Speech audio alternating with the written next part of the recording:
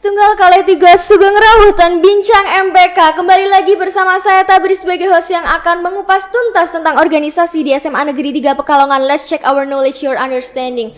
Oke teman-teman, jadi narasumber berikutnya adalah perwakilan dari Dewan Ambalan SMA Negeri 3 Pekalongan. Dengan tema apa? Tema Dewan Ambalan. Oke, coba dong perkenalan diri masing-masing. Oke, perkenalkan nama saya Maulina Salimah Hazim, perwakilan dari Dewan Ambalan. Perkenalkan, nama saya Nia Nurul Imana, perwakilan dari Dewan Ambalan. Oke, gimana nih kabarnya selama pandemi? Di rumah aja? Di rumah aja. Di rumah aja. Udah ngelakuin kegiatan apa aja di rumah? Olahraga mungkin. Olahraga, berarti tetap harus menjaga kesehatan ya, mematuhi protokol tiap keluar rumah. Terus mau tanya nih, gimana sih organisasinya kalian selama harus secara online ini? Mungkin sedikit lebih susah ya. Sedikit lebih susah. Tetap ada rapat atau gimana? Tetap ada sih, kalau rapat paling kalau datang ke sekolah itu anaknya terbatas, cuma Berarti mengikuti protokol kesehatan. Oke. Terus kenapa sih kalian milih Dewan Ambalan? Karena mungkin sudah dari SMP sudah. Oh, udah dari SMP. Iya. Penggalang berarti ya? Iya. Alasannya? Asik. Asik. Kalau ini temennya? Lebih ini sih kayak udah suka pramuka dari SD, jadi pengen aja milih Dewan Ambalan. Buat menambah pengalaman juga ya sama relasi. Oke. Selanjutnya coba dong, aku pengen tahu definisi Dewan Ambalan menurut kalian gimana?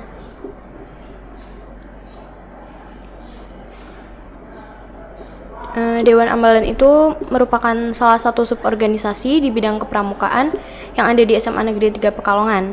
Biasanya itu disebut Pendekar Semaga. Pendekar Semaga. Ayo dong, coba kalau bisa gimana? Lebih kencang lagi.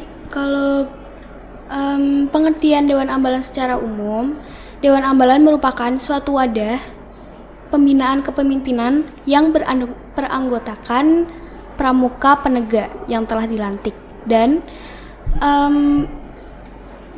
memiliki tugas merancang, mengelola, serta melaksanakan kegiatan di suatu ambalan sesuai dengan arahan pembina. Ayo dong yang semangat gitu loh. Belum pada makan apa gimana sih? Udah makan. Ayo dong yang semangat, banyakin senyum. Kan ini juga nanti videonya dilihat sama adik-adik kelas 10 biar mereka juga nggak bosen liatnya. Biar yang masuk DA juga banyak kan. Oke. Di sini kita nggak usah terlalu kaku atau formal ya, karena kan kita di sini cuma mau berbincang-bincang aja. Kalian santai aja, nggak bakal diapa-apain kok, tenang aja.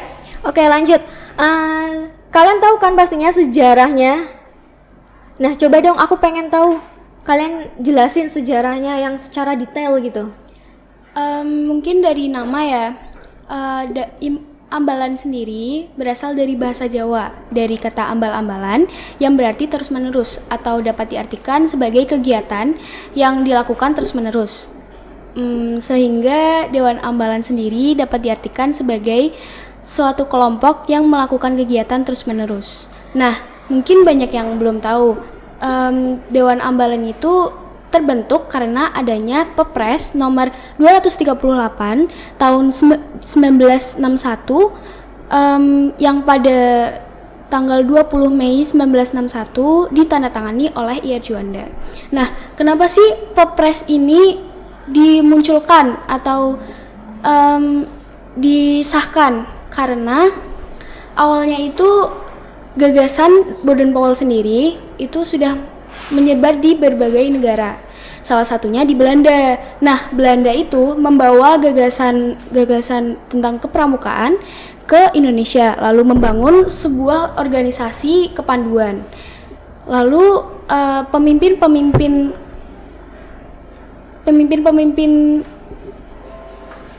kepanduan nasional membuat sebuah organisasi yang akan Yang gimana? Yang mau diciptain atau untuk sesuatu yang apa gitu?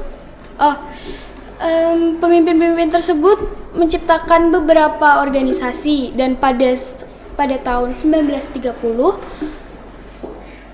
organisasi-organisasi tersebut dijadikan menjadi satu, yaitu Kepanduan Bangsa Indonesia. Nah, pada tahun 1931 terbentuklah organisasi yang disebut PAPI atau Persatuan Antar Pandu Indonesia.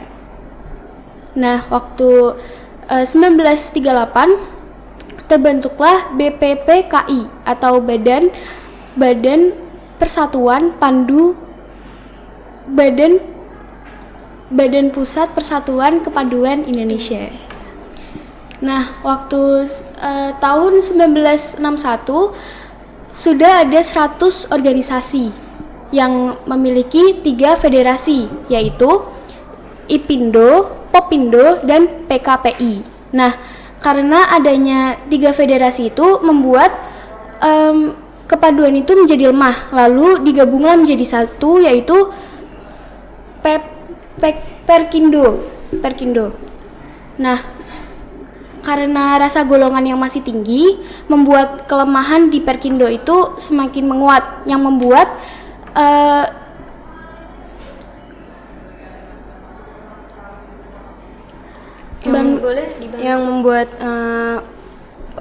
komunis itu semua dilebur, lalu dijadikan menjadi satu organisasi, yaitu organisasi pramuka.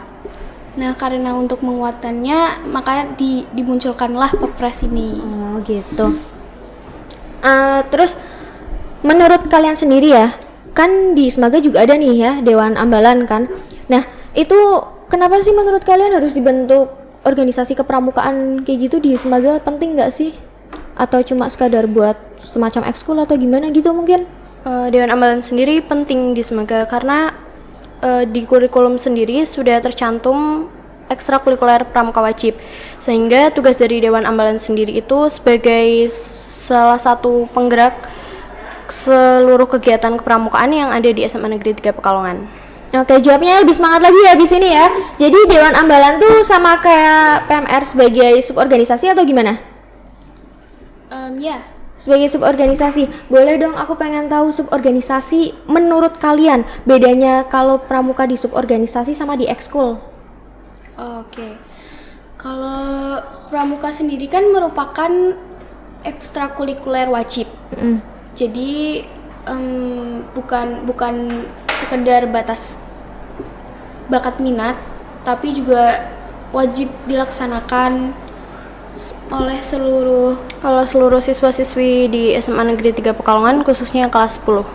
Kalau yang dari segi suborganisasinya? Kalau dari segi suborganisasinya itu jadi suborganisasinya itu sebagai yang merencanakan, mengelola dan menggerakkan kegiatan pramuka di SMA Negeri 3 Pekalongan. Berarti yang suborganisasinya jelas lebih formal, lebih tertata, tersusun ya. Oke. Nah, dari situ aku juga pengen tahu nih, di DA tuh ada apa aja sih? Mungkin kalian bisa jelasin dari segi struktur, atau mungkin di DA ada pembagiannya, dan ini event-eventnya sekalian dijelasin, boleh dong biar kelas 10 pada tahu dan pada minat. Pertama dari struktur dulu, Kak Nia mau menjelaskan. Boleh. Dari struktur itu pertama ada Kamabigus. Kamabigus itu dijabat oleh kepala sekolah. Lalu ada pembina, kita di Dewan Ambalan ada 5 pembina, ada Pak Cipto, Pak Syam, Bu Stevi, Bu Ayu, dan Bu Anita. Lalu ada Pradana Putra dan Putri. Pradana Putra dijabat oleh Kak Alhadi Muntahar, dan Pradana Putrinya dijabat oleh Kak Salwa Gaisani. Lalu ada si Giatops. Si Giatops itu bertanggung jawab atas sarana dan prasarana dalam suatu kegiatan. Lalu ada Kerani. Kerani itu sebutan sekretaris. Jadi kalau di Dewan Ambalan itu sekretaris disebut sebagai Kerani. Lalu ada Juang. Juang itu kepanjangan dari juru uang, sama tugasnya kayak seperti bendahara ya. Lalu ada BRTO. BRTO sendiri itu sebagai badan rumah tangga organisasi, itu yang mengurus seluruh inventaris sanggar. Jadi barang-barang yang ada di sanggar itu didata, kayak jumlah barang, misal jumlah tali ada berapa gitu, semuanya harus detail didata oleh BRTO. Lalu ada Tekpram. Tekpram sendiri itu sebagai teknisi kepramukaan yang membuat materi saat pramuka wajib dan sebagainya. Lalu ada Humas. Humas itu yang bertanggung jawab atas peminjaman ruang saat kegiatan. Surat menyurat lah ya gampangnya. Iya. Udah itu doang strukturnya. Ada si Liteva. Liteva itu literasi dan evaluasi yang bertanggung jawab atas Beautiful Day pada saat pramuka wajib. Beautiful Day itu kalau di pramuka wajib apa tuh? Beautiful Day sendiri semacam Hari di mana pengumpulan evaluasi Itu ditujukan kepada siapa biasanya? kepada peserta pramuka yang kurang disiplin. Berarti kurang aktif ya, atau mungkin bolos gitu? Iya. Oke, terus kalau dari segi eventnya gimana dong? Ayo jelasin. Yang semangat lagi dong! Di event itu ada banyak ya. Salah satunya itu JEC-PTA. Nah, JEC-PTA itu tahun ini mungkin Ada, tapi mungkin diundur dalam jangka waktu yang belum ditentukan. Karena kan masih ada pandemi juga Iya. ya. Boleh dong jelasin JEC-PTA itu event yang gimana? Event apa gitu? JEC-PTA itu kemah apa? JEC-PTA itu kepanjangan dari Jambore Ekstrakurikuler dan penerimaan tamu ambalan. Ya, jadi tiap tahun, tiap awal masuk sekolah kelas 10 mengikuti JEC-PTA. Terus ada event lain nggak tuh selain JEC-PTA? Kan pasti Dewan Ambalan kan pecinta alam, pasti banyak banget eventnya. Banyak banget event di Dewan Ambalan. Boleh sendiri. dong disebutin sama sekalian jelasin. Ada Mustega, itu musyawarah penegak yang Itu- dilaksanakan 1 tahun sekali karena sesuai dengan Masa bakti Dewan Ambalan sendiri. yaitu 1 tahun, jadi setiap tahun harus memerlukan musyawarah penegak ini. Lalu ada Latgab atau latihan gabungan. Itu di SMA Negeri 3 Pekalongan, Dewan Ambalan SMA Negeri 3 Pekalongan melakukan latihan gabungan atau event gabungan dari SMA atau SMK lain gitu. Terus selain itu ada lagi nggak event-event intinya mungkin? Ada untuk kelas 10, event pertama kelas 10 itu adalah Turba. Turba itu merupakan turun bakti, berarti mereka akan turun bakti mengajar pramuka di SMP-SMP. Berarti berbagi ilmu ya Iya. kepada adik-adiknya. Ada lagi mungkin yang mau disampaikan event-eventnya biar sekalian kita kupas tuntas. Ada banyak ya. Ada banyak banget sih eventnya. Kemarin baru ada event Bantara. Apa tuh Bantara? Bantara itu kayak bukan kenaikan tingkat sih, kayak lebih kan pramuka penegak itu harus dilantik menjadi bantara dan laksana. Ya, itu salah satu syarat menjadi anggota Dewan Ambalan itu harus bantara dulu.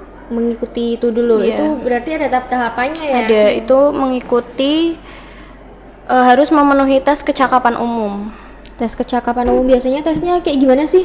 Mungkin tertulis atau praktik gitu? Lebih ke Praktiknya. Lebih ke praktikumnya. Tapi pengetahuannya juga penting dong. Iya, penting banget. Kalian kan berarti ada pramuka rutinnya buat anak-anak kelas 10. Itu biasanya hari apa? hari Jumat jam setengah 3. Jam setengah 3. Tapi sebelum itu pastinya udah dipersiapin kan sama kalian. Kalian rapat, kalian pasti latihan dulu, kalian hafalan materi dan lain-lain. Itu konsepnya gimana sih dalam sistem kerja kalian ketika mau pramuka rutin hari Jumat? Jadi untuk mungkin kan perlu adanya tanda tangan pembina, tanda tangan dan lain-lain. Itu wajib diserahkan kepada pembina itu hari Senin atau paling lambat itu hari Rabu. Nah, kalau latihannya kan mungkin Rapat dulu mungkin? kalau rapat hari- kita hari Rabu kita mengadakan rapat untuk pemantapan materi yang akan dibahas saat pramuka wajib. Terus kalian latihannya kapan? Kita latihan setiap hari Kamis. Setiap hari Kamis. Di sini juga latihannya? Iya, di SMA 3. Berarti bareng-bareng ya latihannya. Terus kalian berapa jam sih biasanya untuk jangka waktu latihan tuh? Lebih lama dari rapat atau lebih sebentar? Enggak sih, habis pulang sekolah sekitar jam 4 itu sampai jam 5 sore. Sekitar sampai jam 5 berarti normal ya Iya. batas waktunya. Oke. Ada lagi Ivanya yang mau disampaikan atau kita mau next? Gimana? Ayo dong yang semangat. Next aja. Oke. Nah, terus ini benar-benar definisi dari kalian sendiri atau apalah pokoknya dari diri kalian sendiri. Fungsinya kalian buat sekolah tuh apa sih? Fungsinya kita buat sekolah itu kita membantu sekolah dalam yang tadi sudah disebutkan, membantu menggerakkan kegiatan kepramukaan. Kepramukaan. Dan ada dong pasti pengaruhnya terhadap anak-anak. Gimana tuh pengaruhnya? Mungkin membuat anak-anak sendiri jadi lebih disiplin, jadi lebih membangun karakter bangsa yang mungkin sebentar lagi luntur. Berarti intinya apa ya? Kalau dari kepramukaan dari SMP ke SMA pasti transisinya beda banget ya, kelihatan Beda. banget. Soalnya kan kalau di SMA pasti peraturannya aja, regulasinya kelihatan lah lebih sulit daripada SMP. Terus pasti hal yang dipelajari juga lebih banyak. Jadi buat teman-teman yang jelas pecinta alam atau pengen mendalami tentang kepramukaan, boleh banget nih kalian nanti tanya-tanya sama kakak-kakak yang ini. Oke, selanjutnya Kak, gimana sih caranya atau syarat yang harus dimiliki untuk anak-anak masuk ke Dewan Ambalan? Ada nggak syarat tertentunya? Kalau syarat khususnya sendiri sih nggak ada. Yang penting dia ada niat buat menjadi anggota Dewan Ambalan. Terus nanti kita di Dewan Ambalan tuh sama-sama belajar. Kita misal kalau ada yang mau masuk tapi belum tahu tentang pramuka, kita sama-sama belajar tentang pramuka. Oke. Terus hal lain mungkin yang mau disampaikan sebelum anak-anak nanti akhirnya mendaftar, ada nggak? Mungkin Keaktifan ya. Berarti yang penting aktifnya sampai purna juga kan ya. Iya. Kalau di SMP kan cuma 1 tahun ya biasanya. Kalau di SMA berarti tetap sampai purna ya. Oke. Nah, terus selain yang syarat-syarat yang harus dimilikin, apa sih manfaat masuk DA buat diri sendiri, buat anak-anak kelas 10 lah? Manfaatnya tuh apa sih? kalau dari Harusnya ada banyak dong. kalau Iya, dari banyak. diri pribadi aja ya Iya. kayaknya. Semenjak saya masuk Dewan Ambalan, saya lebih bisa berkomunikasi seperti ini. Maksudnya dulu waktu SMP saya sangat-sangat pemalu. Jadi ini beneran perubahan sangat besar bagi saya.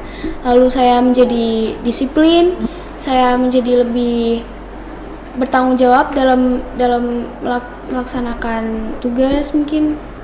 Dan di Dewan Ambalan sendiri itu benar-benar seperti keluarga.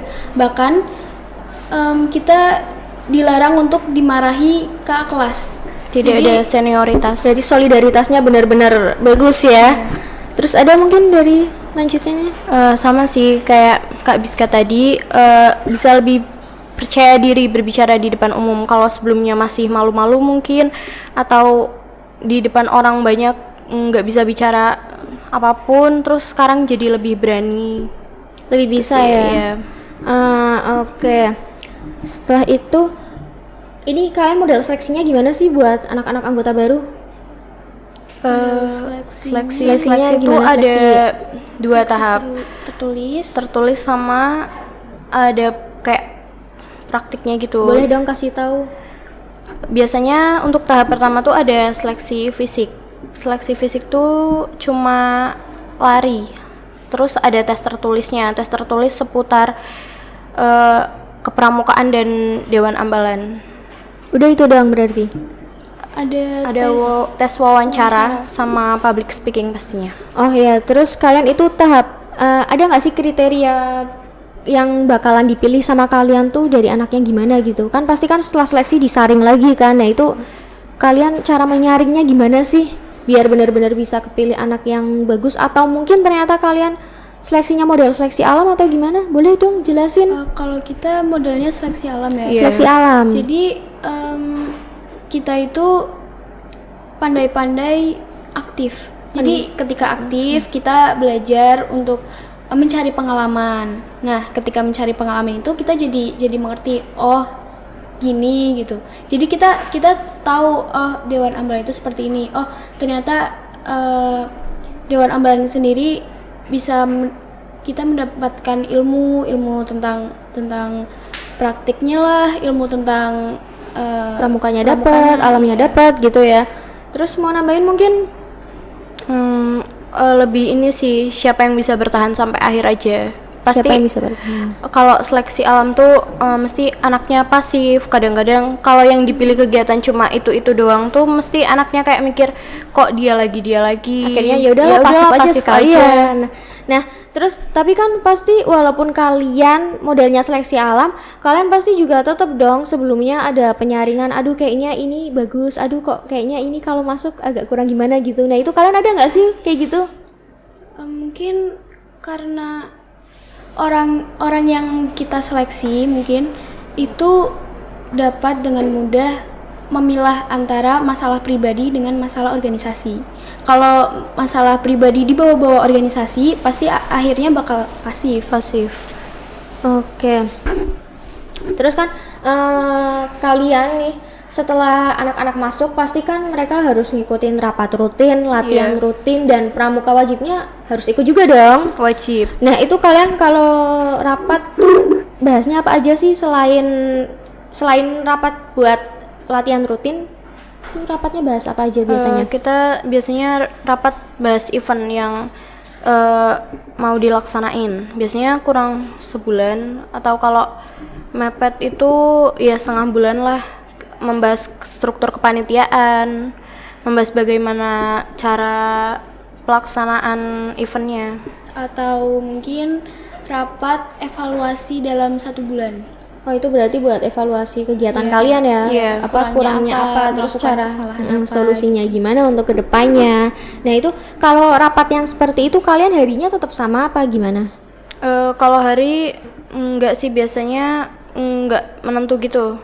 Tergantung berarti ya? Ya, tapi kalau rapat evaluasi sama laporan hasil pertanggungjawaban itu setiap 1 bulan sekali. 1 bulan sekali. Di mana tuh biasanya rapat kayak gitu tuh? Rapatnya tetap di sekolah, di SMA 3. Tapi bebas berarti tempatnya atau gimana? Ya bebas sih. Wajib nggak sih tiap anggota ikut rapat? Kan katanya kan seleksi alam, pasti kan anggotanya ada yang Males.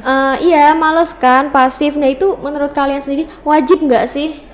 Wajib. Kalau ada yang sering nggak melaksanakan rapat atau piket gitu, itu udah tanda-tanda akan pasif.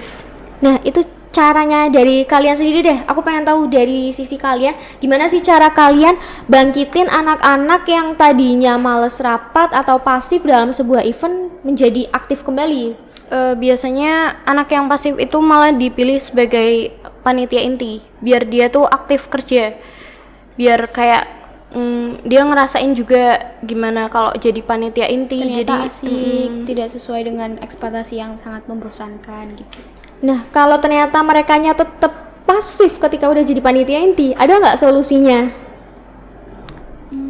Mungkin itu tergantung diri pribadi, kita nggak bisa apa-apa lagi kalau udah gitu. kalau dari ya soalnya itu kemauan dirinya sendiri. Nah itu ada konsekuensinya nggak sih kalau kayak gitu tuh? Ya konsekuensi paling fatal dari awal pemilihan, dia kan sudah bertanggung jawab, maksudnya dia milih jalan untuk seleksi Dewan Ambalan, artinya dia punya tanggung jawab untuk tetap aktif sampai purna. Sedangkan dari awal pun dia tetap pasif. Jadi konsekuensi yang paling berat adalah mengeluarkan. Emangnya segampang itukah mengeluarkan? Soalnya tadi kan aku wawancara sama yang PMR juga, kalau ngeluarin seorang organisator tuh kan berat banget ya. Nah itu kalau di DA sendiri gimana sih? Kalau di DA sendiri jadi pernah ada itu kasus gitu ya yang dikeluarin. Kita Soalnya sudah melakukan kayak 3 bulan kita memberi waktu untuk dia apakah mau berubah atau tidak, apakah sesuai dengan janji kata-kata yang dulu diucapkan atau akan lebih pasif lagi. Kalau sudah begitu kita panggil saat rapat. Lalu ditanya mau gimana, mau apa, masih mau aktif atau enggak gitu. Kalau enggak berarti solusinya Ya, dikeluarin ya? terpaksa harus dikeluarin. Nah itu dikeluarinnya berarti tahap-tahapnya tetap sama kayak organisasi lain lewat pembina, Iya. terus sampai kepala sekolah dan lain-lain atau bagaimana? Sama. Sama, membuat surat pernyataan pengunduran diri juga. Nah, oke, itu kan buat anak-anak yang pasif dan mau keluar ya, tapi buat anak-anak yang aktif seperti dua orang yang di depan saya ini, berarti kalian punya dong keseruan tersendiri ketika kalian ada di DA. Nah, boleh dong kasih tahu, bagi cerita ke aku, kalian curhat gimana sih keseruannya di DA, suka dukanya, atau hal yang bikin nyaman? Keseruan, hal yang bikin nyaman dan yang lain itu karena kita benar-benar seperti keluarga. Jadi sekalinya kita nggak ketemu kan, Ini masih COVID, masa pandemi COVID ini kan udah 5 bulan lebih. Itu membuat kita rindu gitu. Biasanya kalau semisal hal yang kita buat kita nggak nyaman, kita kayak ya udah gitu. Alhamdulillah lah ada COVID kayak gitu. Tapi kita tuh nggak kayak jadi rindu, pingin cepet-cepet berangkat, pingin cepet-cepet tugas bareng-bareng. Itu karena kita waktu tugas itu have fun. Iya, benar-benar have fun, Tidak benar-benar ada tertekan. iya. Ada nggak kalau duka-dukanya di DA apa sih? Duka-dukanya. Lebih Kan sedikit tadi sih udah dukanya. seru-seru. Coba kalau yang dukanya gimana? Aku Dukanya pengen itu tahu. Mungkin belum ada. enggak, ada. mungkin kalau kita lagi ngelakuin suatu event ada kesalahan gitu, itu tuh benar-benar kayak buat sedih banget, ngelakuin sedikit kesalahan. Kayak seperti membuat kecewa Kakak kelas Tapi walaupun gitu kak kelas tetap ya jarang yang marahin kita, jarang banget. Paling kalau misalnya kita benar-benar udah salah, mereka diem. Terus kita akhirnya sadar kalau kita ngelakuin kesalahan. Terus kita akhirnya dibilang udah selesai. Lalu nggak pernah marah tapi Introspeksi menasihati. ya? Menasehatinya tuh dengan halus banget, Iya, enggak dia tidak menyakiti perasaan. Nggak menyakiti perasaan. Ada nggak hal yang lain yang apa ya? Ketika kalian melaksanakan sebuah event yang berat mungkin ya, eventnya yang sampai harus keluar sekolah. Nah itu coba bagi pengalamannya dong. Mungkin waktu persiapannya aja kali ya. Persiapannya mungkin sulit. Harus benar-benar mateng ya. Iya. Sulit untuk mengumpulkan teman-teman, sulit untuk rapat teman-teman tanpa kak kelas. Itu sangat sulit. Biasanya lebih banyak bercandanya sih daripada seriusnya kalau rapat tanpa kakak kelas itu. Ada nggak gimana solusinya kalau biar rapat baik sama kakak kelas atau dengan angkatan sendiri atau dengan adik kelas, gimana sih caranya biar rapat itu tetap kondusif, atau rapatnya kalaupun tidak kondusif tapi tetap kalian bisa berjalan dengan lancar, informasinya juga jalan, gimana? Ada nggak caranya? Kalau sudah dalam waktu serius, kita harus serius. Kalau mungkin Waktunya bercanda ya boleh mereka bercanda, tapi kalau misalnya di rapat dan benar-benar harus serius membahas materi mungkin yang akan dilakukan, ya kita harus benar-benar serius. Harus benar-benar serius ya. Tapi kan pasti dapat banyak banget pengalaman dong dari event-event kalian yang bener banyaknya tuh apa ya, sesuai dengan pecinta alam banget. Iya. Nah itu pengalaman kalian gimana sih, apalagi kalau pas keluar sekolah gitu? apalagi waktu turun Iya. bakti. Boleh dong pengalamannya? Kalau turun bakti itu mungkin tantangan, kayak kita harus Kita dituntut berani buat untuk pertama kalinya dituntut berani berbicara di depan umum, dan itu bukan orang-orang yang kita kenal. dan itu pun orang-orangnya kan kalau SMP kan wajar kalau nakal gitu. Kita harus berusaha biar mereka diam, tapi dengan cara kita sendiri. Tidak boleh dengan kekerasan, tidak boleh dengan bentakan, tapi kayak mengajak, ayo deh gitu. Jadi kita bisa dibilang jadi lebih sabar. Lebih sabar ya. Lah kalau anaknya SD pernah nggak? Enggak sih, kita pernahnya di SLB. SLB. Nah, boleh dong, kalau SLB kan keren nih, pasti kalian harus super sabar, harus benar-benar mengerti semuanya.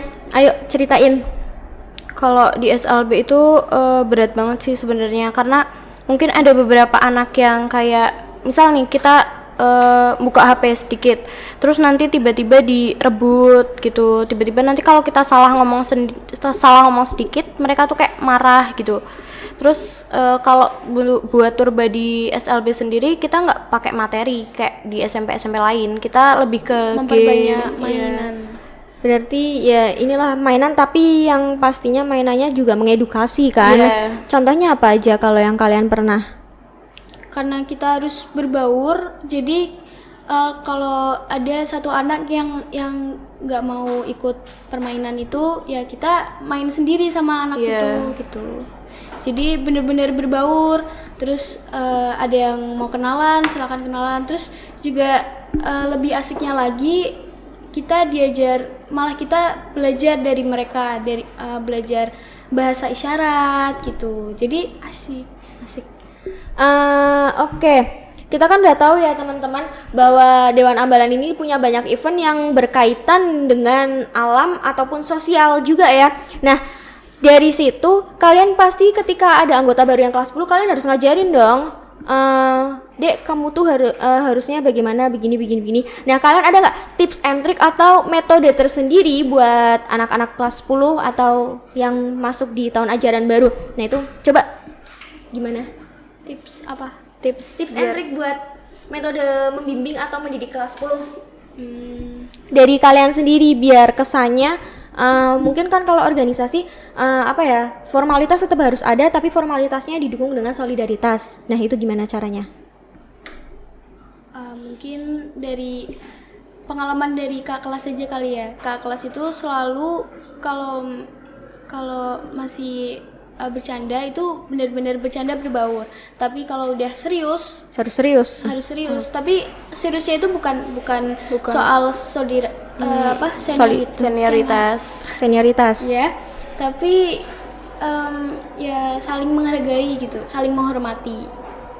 Ada lagi nggak tips and triknya untuk membimbing kelas 10 biar mereka lebih mengerti lah? Kalau itu kan mungkin dari segi sosialnya, kalau buat gimana sih cara mereka biar mencintai alam? Itu sih tergantung dari dirinya sih ya. Kalau misal dirinya sendiri tuh suka alam gitu, mesti mereka bakal nyaman kalau misal masuk di Dewan Ambalan itu karena sering ada event di luar. Tapi kalau memang dari dianya sendiri nggak suka sama alam, mungkin akan lebih nggak nyaman di Dewan Ambalan sih. Udah itu aja. Nah, dari tadi kita udah bahas tentang event dan lain-lain. Coba sekarang aku pengen tahu dari kalian. Kan kalian pasti punya logo kan atau lambang? Nah ya. Coba dong kasih tahu maknanya gimana? Ini ada logo dari Ambalan kita. Jadi semaganya sendiri punya nih ya logonya. Iya, logonya itu ada 2. Jadi untuk logo Ambalan Putra dan Putri itu berbeda. Jadi kalau untuk definisi atau artinya sendiri, logo Ambalan itu berwarna biru. Ini berwarna biru yang mengartikan kedamaian. Agak ditunjukin. Ini berwarna biru, seperti mengartikan kedamaian. Lalu ada ini garis tepinya berjumlah untuk putra berjumlah 5 dan putri berjumlah 5. Itu jika digabung berjumlah 10 dan melambangkan dasa dharma. Untuk Ganesha sendiri itu memegang senjata yang berarti mampu melindungi diri, lalu memakai mahkota. Memakai mahkota itu artinya memiliki jiwa kepemimpinan. Terus ada pusar yang artinya pernah dilahirkan, serta Ganesha yang dililiti ular yang berarti dapat hidup dengan alam. Lalu ada rantai. Rantai itu mengartikan persahabatan yang sangat erat. Lalu di paling bawah sendiri ini bertuliskan R.A. Kartini dan Ki Hajar Dewantara. R.A. Kartini sendiri untuk alma mater Ambalan Putra dan Ki Hajar Dewantara untuk alma mater Ambalan Putri. Tertukar, maksudnya yang Ki Hajar Dewantara untuk yang putra, R.A. Kartini untuk yang putri. Nah, itu terus juga ada bendera Indonesianya juga. Iya, ini ada membawa bendera tunas kelapa dan merah putih. Ini tunas kelapa itu berarti pramuka dan merah putihnya Indonesia. Nah, terus itu coba dong sebutin yang pin-pin atau sesuatu yang kalian pakai itu, boleh dong disebutin nama-namanya atau mungkin kalian dapat dari mana gitu. Ini Bantara. Agak ditunjukin coba. Ini Bantara itu kita dapetin dari tes TKU, tanda kecakapan umum tadi. Jadi kalau kita mengikuti tes itu kita bakal dapat tag Bantara dan ini. mengikuti kemah Bantara. Terus itu kalau yang dipakai di sini Ini namanya tali komando. itu buat apa? Buat yang buat dipakai di sini aja gitu. Iya. Biasanya dipakainya buat ini Event tertentu. event atau lomba event jokom. tertentu. Terus itu kalau yang ijo-ijo Ini namanya tanjab atau tanda jabatan. itu berarti yang punya anak DA doang Iya. apa gimana? Anak DA. Dapatnya setelah event juga atau gimana? Dapatnya setelah kita dilantik menjadi pramuka penegak Bantara. Oh, setelah resmi berarti ya. Terus kan selain logo pasti kalian juga punya banyak prestasi dong. Ya. Nah, kalian pernah ikut lomba nggak? Waktu di Lomba ini. event biasanya yang pasti diikutin itu ada WRC atau Wijaya Rover Challenge, itu di Semarang. Itu setiap 2 tahun sekali. Terus kemarin rencananya itu ada lomba Raimuna cabang yang diadakan 5 tahun sekali, tapi karena pandemi ini jadi Akhirnya belum bisa ya. Lalu kita baru-baru melaksanakan lomba di Ponorogo Vibes. iya Menang nggak? Belum pengumuman. Oh, belum pengumumannya. Jadi Itu lombanya gimana? itu ada 3 lomba tentang geguritan, lomba tentang cipta konsep kegiatan pramuka. dan lomba tentang poster. Kalian ikut yang mana? Kita ikut tiga-tiganya. Tiga-tiganya. Berarti harus benar-benar menguasai dong tiga-tiganya. Iya. Cara kalian menguasai ketiga-tiganya gimana, kan ada Enggak. dan lain-lain. Ini anaknya, jadi kita membuat tim buat ada lomba. tim-timnya. Iya, jadi dibagi per anak. Nah, kalau kalian gimana? Kalau Ikutnya yang apa? aku Kalau sih saya ikut guguritan. Guguritan. Kalau dia Yang poster. Nah, kamu itu latihannya bagaimana kalau yang guguritan? Kalau guguritan sendiri itu dulu pernah diajarkan oleh pembina. Jadi mungkin udah agak mengerti. Jadi pasti diajarin ya sama pembinanya ya. Kalau untuk yang poster?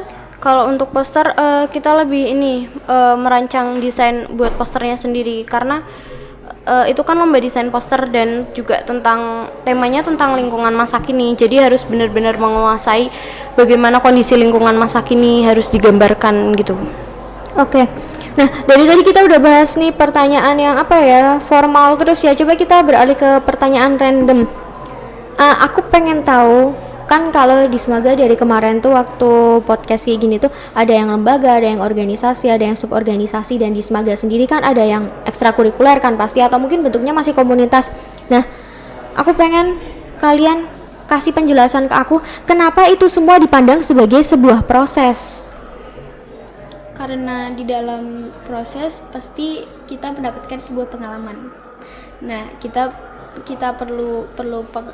perlu berproses dari awal. Misalnya kayak kita bisa berani berbicara di depan umum nih. Kita tuh harus butuh proses. Kita harus misal masuk organisasi supaya kita berani berbicara di depan umum. Kalau tidak ikut organisasi pasti belum tentu bisa berbicara di depan umum. Berarti kan pasti kan sebuah proses ya dari kalian. Mungkin kalian dulunya yang belum ada di Smaga, terus tiba-tiba sampai ada di Smaga, sampai melejit, sampai kalian punya prestasi, kalian berkembang menjadi organisasi yang seperti ini dan itu. Kan semua butuh proses ya. Terus kalian punya dong implementasinya buat keluar sekolah. Nah, itu ada nggak cara kalian implementasi keluar sekolahnya? Ada sih kan, biasanya kalau kita ini di pramuka wajib nih contohnya, mengajarkan materi-materi tentang misal ada pertolongan pertama atau dan sebagainya. Itu kita misal ada orang kecelakaan nih, terus kita kan dapat udah mengaplikasikannya langsung. Berarti implementasinya dari materi atau praktik yang udah kalian dapetin di sekolah, kalian implementasikan Iya. ke masyarakatnya, baik itu dalam bentuk kegiatan, event atau hal yang lain ya. Iya. Dan itu pastinya butuh manajemen waktu yang baik ya. Kalian udah bisa manajemen waktunya antara sekolah dan suborganisasi ini. Bisa.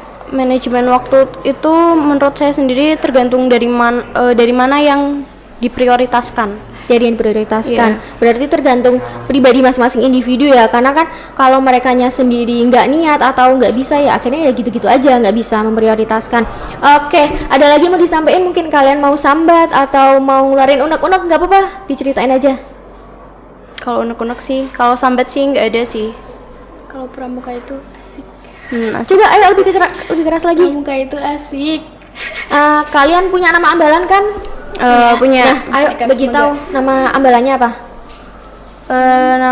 Kalau nama ambalan kita itu Ki Hajar Dewantara Era Kartini, tapi kita punya sebutan Pendekar Semaga. Pendekar Semaga. Ada mungkin tagline atau apa? Atau nggak ada? Kita tuh punya itu tagline Setiap kita Tepuk Pramuka.